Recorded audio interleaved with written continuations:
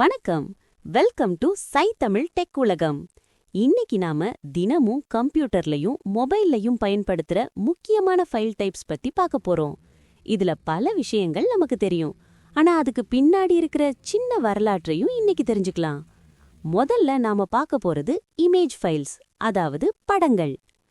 JPEG அல்லது JPG இது 1992ல உருவாக்கப்பட்டது. அந்த காலத்துல கம்ப்யூட்டர்ல ஸ்டோரேஜ் ரொம்ப கம்மி. அதனால பெரிய போட்டோவோட அளவை குறைக்கிறதுக்காக இதை கண்டுபிடிச்சாங்க. இன்னைக்கும் நாம போன்ல எடுக்கிற போட்டோஸ் எல்லாமே பெரும்பாலும் இந்த ஃபார்மேட்ல தான் இருக்கு. இது குறைவான இடத்தை பிடிக்கும், ஆனா குவாலிட்டி நல்லா இருக்கும். அடுத்தது பிஎன்ஜி.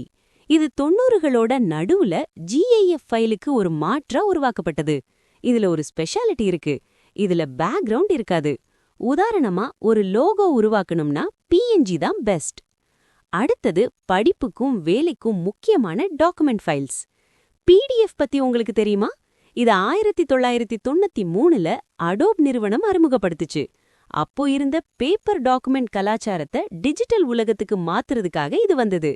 நீங்க ஒரு ஃபைலை யாருக்காவது அனுப்புறீங்க, அதுல இருக்கிற எழுத்தோ டிசைனோ மாறக்கூடாதுன்னா பிடிஎஃப் தான் பெஸ்ட். அதே சமயம் எடிட் பண்ணக்கூடிய ஃபைல் வேணும்னா அதுதான் டிஓசிஎக்ஸ். இது 2007ல மைக்ரோசாஃப்ட் வேர்ட்ல அறிமுகப்படுத்தின புதுமுறை. பழைய டிஓசி ஃபைலை விட இது ரொம்ப அட்வான்ஸ்ட். இதுல நீங்க எப்ப வேணாலும் மாற்றங்கள் செய்யலாம். இப்போ என்டர்டெயின்மெண்ட் பக்கம் போலாம். பாட்டு கேட்கறதுக்கு நாம யூஸ் பண்ற ஃபைல் MP3. இது 90களோட ஆரம்பத்துல வந்துச்சு. சிடி காலத்துல இருந்து நம்மள டிஜிட்டல் மியூசிக் உலகத்துக்கு கூட்டிட்டு வந்தது இந்த MP3 தான். இது ஒரு ஆடியோ ஃபைல், வெறும் சத்தம் மட்டும்தான் இருக்கும். அதுவே படத்தோட சத்தமும் வேணும்னா அது MP4. இது 2000ல அறிமுகமானது. இன்டர்நெட் வேகம் அதிகமானப்போ வீடியோ ஸ்ட்ரீமிங் பண்றதுக்கு இது ஸ்டாண்டர்டா மாறிடுச்சு. கடைசியா ஒரு முக்கியமான ஃபைல் டைப், ஜிப். இது 1989ல ஃபில் கேட்ஸ் அப்படிங்கிறவர் கண்டுபிடிச்சார். அப்போ இன்டர்நெட் ரொம்ப மெதுவா இருக்கும். அதனால ஃபைல சின்னதா ஆக்கி அனுப்ப இது தேவைப்பட்டது. உதாரணமா 100 போட்டோஸ ஒரே பெட்டிக்குள்ள போட்டு பூட்டி அனுப்புற மாதிரி தான் இது. சோ இந்த ஃபைல்ஸ் எல்லாம் சும்மா வரல, ஒவ்வொன்னுக்கும் பின்னாடி ஒரு தேவை இருந்திருக்கு.